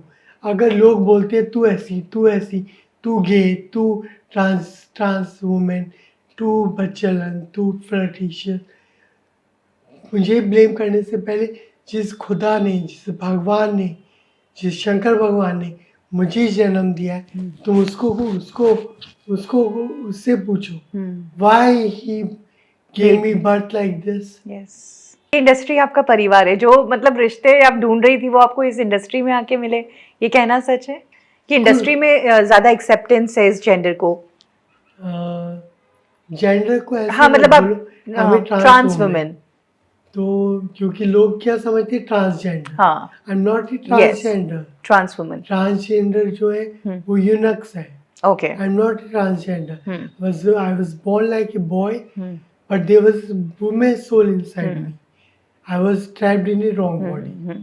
That's the whole thing. अभी ज़रूर है कि मेरे पास काम नहीं है, लेकिन आज नहीं तो कल काम आएगा, और वही एकता कपूर मैम मेरे को काम देंगी। एक क्योंकि सास भी कभी बहू 2 सीज़न 2 में या कोई और शो में या कोई और वेब सीरीज़ में एकता मैम मेरे को काम ज़रूर देंगी। वो पत्थर दिल नहीं है, डेफिनेटली, वो समझती है मुझे। आज नहीं तो कल काम मिलेगा। वो कपिल शर्मा जो इतना बड़ा नाम है, इतना फेमस है, जब वो शुरू में स्ट्रगल कर रहा था तब वो मेरे नाम ले लेकर इतने सारे जोक बनाता था। I swear my dad mother, अच्छा, कि ये बॉबी डार्लिंग जैसे लोग ऐसे रहते हैं, बॉबी डार्लिंग जैसे लोग ऐसे करते हैं। तो मेरे को किसी जर्नलिस्ट ने उस टाइम पूछा, आपको बुरा नहीं लगता? मुझे लगा ये मेरा पीआर का काम कर रहा है, लोग मुझे भूल नहीं पाएंगे, जब तक मेरे नाम पे जोक बनाता रहेगा मैं जिंदा रहूंगी। अच्छा है, बना और बना, मैं खुश होती थी। एक बार एक क्रिकेट का सेमिनार हो रहा था, कोई टीवी पे दिखा रहे थे, वहाँ पे मनीष पॉल ने जाकर सचिन जी से पूछा, बॉबी डार्लिंग के बारे में आप क्या कहेंगे सर? वो हंसने लगे। But is very sweet, very humble, I really respect him दिल से, सचिन सर को। और उन्होंने ये बोला, क्या बोलूँ, कुछ ऐसा उन्होंने जवाब दिया था। तो at least thank you very much Sachin sir, आपने मेरे बारे में गलत भी नहीं बोला, अच्छा भी नहीं बोला। Thank you so much, I really love you and respect you. Bobby, आप जब भागी, जब आपने डिसीजन लिया था, ऑफ कोर्स आपके साथ बहुत बुरा हुआ होगा, इसलिए आपने ये डिसीजन लिया होगा कि मुझे यहाँ से भागना है। क्या आपको मारने की भी कोशिश की गई थी? जब उसे एक बार मैरिज एनिवर्सरी थी, उस रात को क्या हुआ, मैंने अपनी मम्मी का फोटो फ्रेम करके अपने घर में लगाया हुआ था। अपनी माँ का फ्रेम लगाया है, मेरे बाप का फ्रेम क्यों नहीं लगाया? मेरे बाप का भी लगा फ्रेम, आप ले आओ, मैं लगा दूंगी। तू लेके आ, तेरे को अकल नहीं है, तुझे करना चाहिए। मैंने बोला मैं लगा दूंगी। घुस भी रखी थी बुरी तरह, फ्रेम को निकाला कील से, जमीन पे मार मार के फ्रेम तोड़ दिया। मेरी माँ की फोटो के टुकड़े टुकड़े कर। उस दिन मेरी आत्मा बदुआ थी, तेरी माँ मर जाए, तेरी माँ मर जाए। मैंने उसको कर्ज किया, आई कर्ज हिम, तेरी माँ मर जाए। तुम भी ऐसे तड़पे जैसे मैं तड़प रही हूँ आज। मैंने उसको बदुआ दी, उसकी माँ मर गई। मैं नहीं बोली मैं खुदा हूँ, मैं नहीं बोली कि मेरी बदुआ लगती है। ये सिर्फ एक दुखी आत्मा की आह थी जो तुझे लगी और तेरे को भी लगेगी। अब तू जो मुझे तंग कर रहा है ना 9 साल से, कोर्ट के चक्कर कटवा रहा है, मेरे घर पे कब्जा करके बैठा है, तू देख वो शंकर भगवान ना अब तुझसे बदला लेंगे। तांडव करने का टाइम आ गया है रमनिक। अब तू बच ले, भाग ले जहाँ भाग सकता है। अब तू बच। ये जबान है शंकर भगवान की। ना तेरे को दिखा दिए दिन में तारे। मेरा नाम बॉबी डार्लिंग नहीं। अभी तक आपका मतलब केस चल रहा है और आप इसी में उलझी रही पिछले 10 9 सालों में। साल 10 साल से मैं भोपाल कोर्ट, कभी रोहिणी कोर्ट दिल्ली में, कभी मुंबई फैमिली कोर्ट। लेकिन जो मेरे को लॉयर्स मिले, फरिश्ते, जब ऐसी आप हालत में होते हैं ना, भगवान स्वयं नहीं आते, अपने एंजल्स को भेजते हैं आपकी मदद करने। My Mumbai lawyer supporting me like mother. She is standing hard with me. इतने साल बॉबी आप काम भी नहीं कर रही थी और आपके लीगल केसेस भी चल रहे थे और उसमें भी खर्चा आता है। कैसे आपने ये खर्चे जो निकाले? मेरा दिल्ली का मेरा मेन एफआईआर लॉन्च करी थी, जी। मेरी वो कजन भी लगती है, सुप्रीम कोर्ट की बहुत बड़ी लॉयर है, मीरा कौरा पटेल आपको मिलवाया जी। भी था। तो वो मेरा केस हैंडल कर रही है 10 साल से, बिना मुझसे एक पाई लिए वो मेरा केस लड़ रही है। She is so nice, so humble, very loving and very giving. वो मुझे बोलती थी, बॉबी तुम्हें पैसे चाहिए कुछ? बॉबी दी आपको पैसे चाहिए? पर्स निकाल के वो मुझे पैसे दे दी। आप अभी कमा नहीं रहे, आपकी हालत अच्छी भी नहीं है। तो वो इनिशियल डेज में जब मैं भाग के आई थी Delhi, she help me like a pillar. She standing just behind me कि I am there with you, don't worry, कोई नहीं आपके साथ, मैं हूँ आपके साथ। उसने रमनी को जेल भी भिजवाया, जेल भिजवाया शंकर भगवान ने, वो एक जरिया बने। 2 महीने तिहाड़ जेल में रहकर आया मेरा हस्बैंड। 3 बार बेल रिजेक्ट हुई, बड़े बड़े लॉयर लेकर आया, सीनियर लॉयर, 5 लाख रुपए पर हियरिंग लेते हो। Bell reject. थर्ड बेल जो हुई है मेरे साइन करने से हुई है। जो कोई शर्त रखी थी, वो जज ने बोला बॉबी को ये इतना अमाउंट आप दो, तब मैं आपको बेल दूंगा। और तब मुझको उसको बेल मिली। रमनिक ने भी कोर्ट में आपके ऊपर काफी इल्जाम लगाए थे कि इसने झूठ बोला है, ये बच्चा नहीं पैदा कर सकती है। कैसे मैं झूठ बोल सकती हूँ? एक कोई आदमी है, जब उसके पास यूट्रस ही नहीं है तो बच्चा कहाँ से होगा? यूट्रस को आप सर्जरी के थ्रू नहीं लगवा सकती हो। अगर ऐसा होता तो सारी औरतें लगवा लेती। क्यों अडॉप्ट करते, क्यों आईवीएफ करते?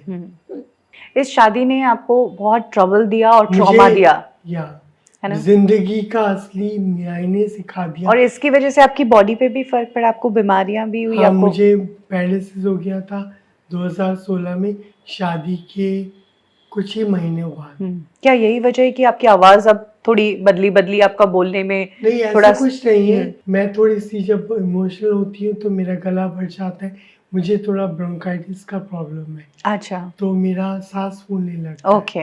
वो मुझे पहले से ही था। तो आपको हाफ बॉडी पैरालिसिस हुआ था? लेफ्ट साइड पूरा। अभी क्योर किया उसको? हाँ, शंकर भगवान की दया से मेरे गुरु मुझे मिल गए। मेरे गुरु ही मुझे बचा रहे हैं। तो जो लोग ये जानना चाह रहे थे कि 10 साल से बॉबी कहाँ गायब है, क्यों लाइमलाइट में, सामने, तो वो अपनी जिंदगी के लिए फाइट कर रही थी। वो कई बीमारियों से जूझ रही थी, एक ट्रॉमा झेल रही थी और काफी दर्द जिंदगी में झेला। लेकिन अब कैसे वापस हिम्मत बनी कि अब मुझे वापस रीस्टार्ट करना है? मेरे गुरु ने ही मेरे को सपने में आके दर्शन दिए और बोला कि उल्टी वापस जा।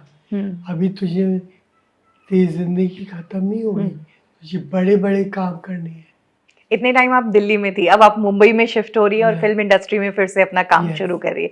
क्या कोई प्रोजेक्ट हो चुके हैं आप, और क्या कोई प्रोजेक्ट्स की बातचीत चली है? चल रही है बात, सीरियल्स के लिए भी बात चल रही है, रियलिटी शो के लिए भी बात चल रही है, फिल्म्स के लिए भी बात चल रही है।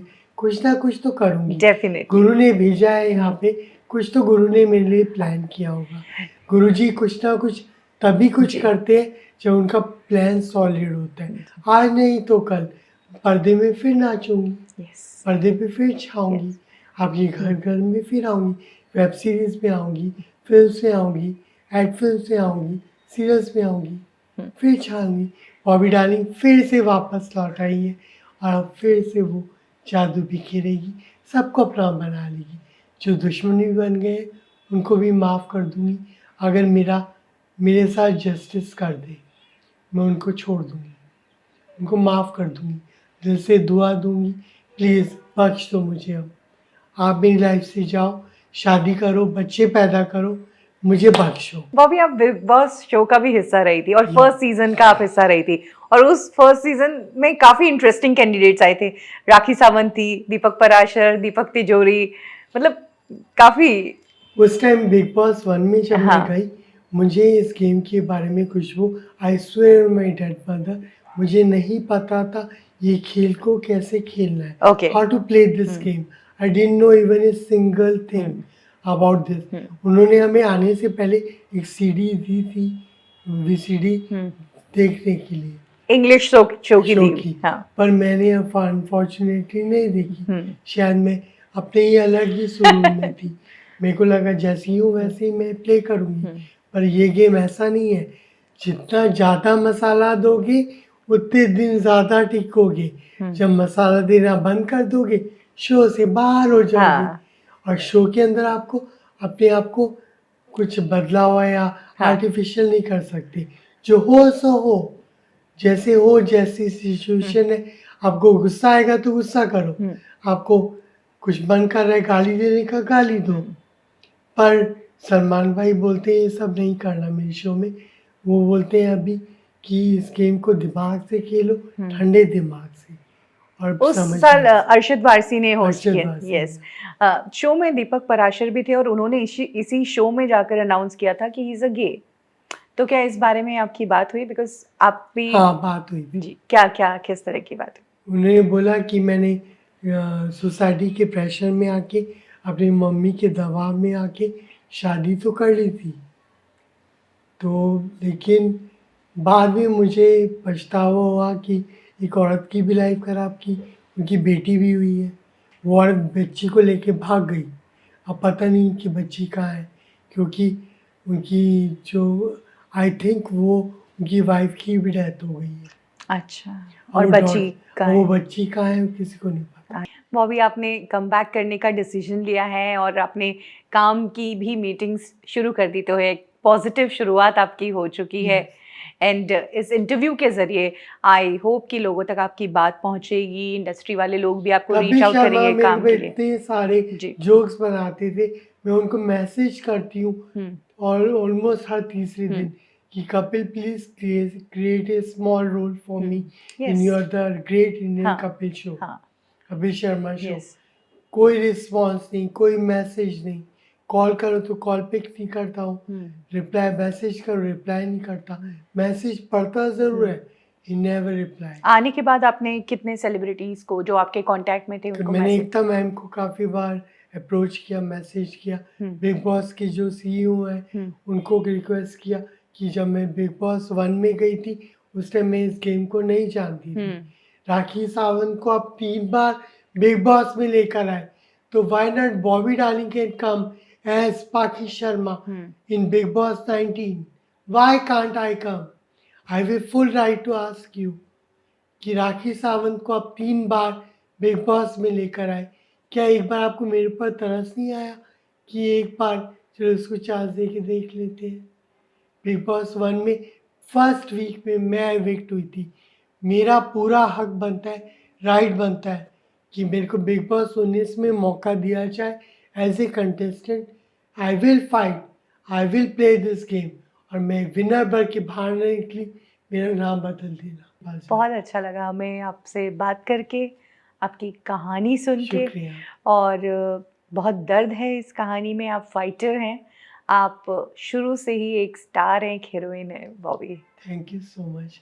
काश मधुर भंडारकर मेरी फिल्म, मेरी लाइफ को लेकर एक मेरी बायोपिक बना पाए, और मैं चाहती हूँ उसमें जो ही मेरा रोल प्ले करे वो कंगना रनावत मेरा रोल प्ले करे, क्योंकि जो जस्टिस मधु भंडारकर मेरे बायोपिक के साथ कर पाएगा और जो जस्टिस कंगना रनावत एज बॉबी डार्लिंग मेरे कैरेक्टर को प्ले करके कर पाएंगी, वो कोई और दूसरा नहीं कर सकता। उसके लिए मेरे गुरु ने मेरे को सोच दी है, मेरे को सबने ये में आकर बोला है कि कंगना को बोलो, मधुर को बोलो कि आपका बायोपिक बनाए और ये फिल्म को ऑस्कर मिलेगा। कंगना रनावत को ऑस्कर मिलेगा for best actress playing Bobby darling. Film industry की फर्स्ट ट्रांस वुमेन एक्ट्रेस हैं आप। थैंक यू सो मच, और I am proud of it.